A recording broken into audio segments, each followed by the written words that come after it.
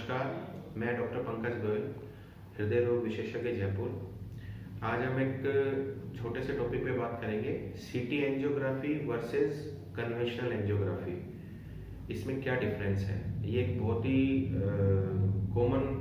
Commonly पूछा जाने वाला सवाल है मरीजों के द्वारा कि सर हम सीटी एंजियो कराएं या ये कराएं। तो अगर मैं दोनों टेक्निक्स की बात करूं, अगर मैं खर्चे की बात करूं तो खर्चा दोनों में लगभग बराबर है। अगर मैं रेडिएशन की बात करूं तो रेडिएशन भी पेशेंट को दोनों टाइप की टेक्निक में लगभग बराबर सा ही लगता है। अगर मैं कॉन्ट्रास्ट की बात करूं तो कॉन्ट्रास्ट भी दोनों टेक्निक्स में यूज में आता है। कॉन्ट्रास्ट का मतलब जो डाई हम लोग देते हैं जिसका गुर्दे पे असर आता है, वो दोनों ही टेक्निक में काम आती है। बट सीटी एंजियोग्राफी में थोड़ी ज़्यादा डाई देनी पड़ती है। अगर हमें लग रहा है कि किसी का क्रिएटिनिन, बेसलाइन क्रिएटिनिन ज़्यादा है, तो कन्वेंशनल एंजियोग्राफी पे हम 2 या 3 बिल्कुल कम अमाउंट में भी हम उसका सेलेक्टिव एंजियोग्राफी ले सकते हैं। अब सबसे इम्पोर्टेंट चीज़ ये कि what is gold standard. Gold standard का मतलब कि बेस्ट टेक्निक कौन सी है। तो जो हम लोग जो एंजियोग्राफी करते हैं जिसमें हम एक तार ले जाते हैं, तार जैसे हाथ से या पैर की नस से ले जाते हैं, जो हार्ट की जो आर्टरीज होती हैं डायरेक्टली उसके अंदर हम वो डाई देते हैं। जबकि जो सीटी एंजियोग्राफी होती है उसमें एक नॉर्मल इंजेक्शन की तरह डाई देते हैं और उसके बाद अपन आर्टरीज की एंजियोग्राफी करते हैं। तो नेचुरली जो अपन यहाँ से डाई दे रहे हैं जिसमें अपन हार्ट के साथ कोई छेड़ाछाड़ी नहीं कर रहे हैं, तो उसमें रिस्क कम होता है। अगर अपन थ्योरेटिकल बात करें तो जो नॉर्मल एंजियोग्राफी जो हम लोग करते हैं उसमें थोड़ा सा रिस्क तो रहता ही है।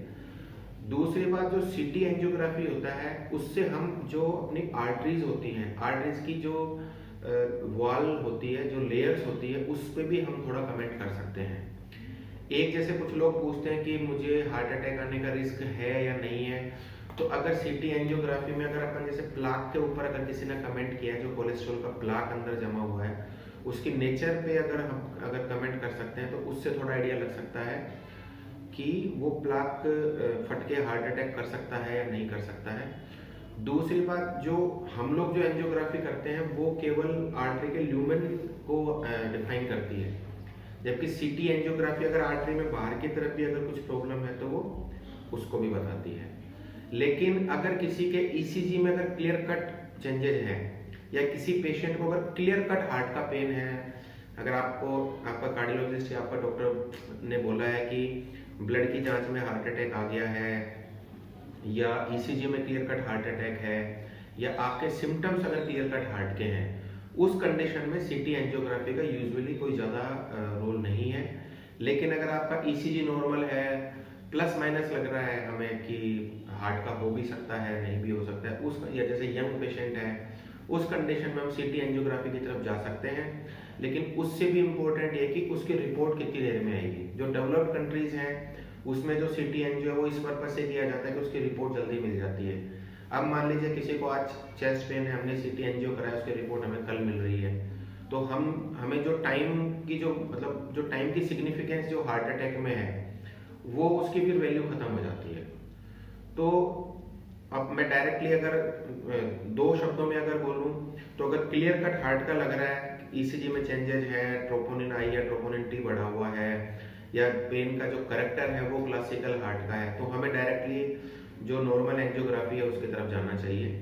अगर हम थोड़े डाउट में है या हमें लग रहा है कि सीटी एंजियो की रिपोर्ट जल्दी आ जाएगी, तो हमें सीटी एंजियो की तरफ जाना चाहिए। दूसरी बात, सीटी एंजियो जो होता है वो ऑपरेटर डिपेंडेंट होता है। थोड़ा कई बार पेशेंट के भी कुछ फैक्टर्स होते हैं, जैसे हार्ट रेट कंट्रोल करना जरूरी होता है, थोड़ी देर के लिए ब्रेथ होल्डिंग करना जरूरी होता है। अगर ये सही नहीं हुआ तो रिपोर्टिंग कई बार उसकी गलत भी आ जाती है। तो हर टेक्निक के अपने अपने एडवांटेज हैं, अपने अपने डिसएडवांटेज हैं। धन्यवाद।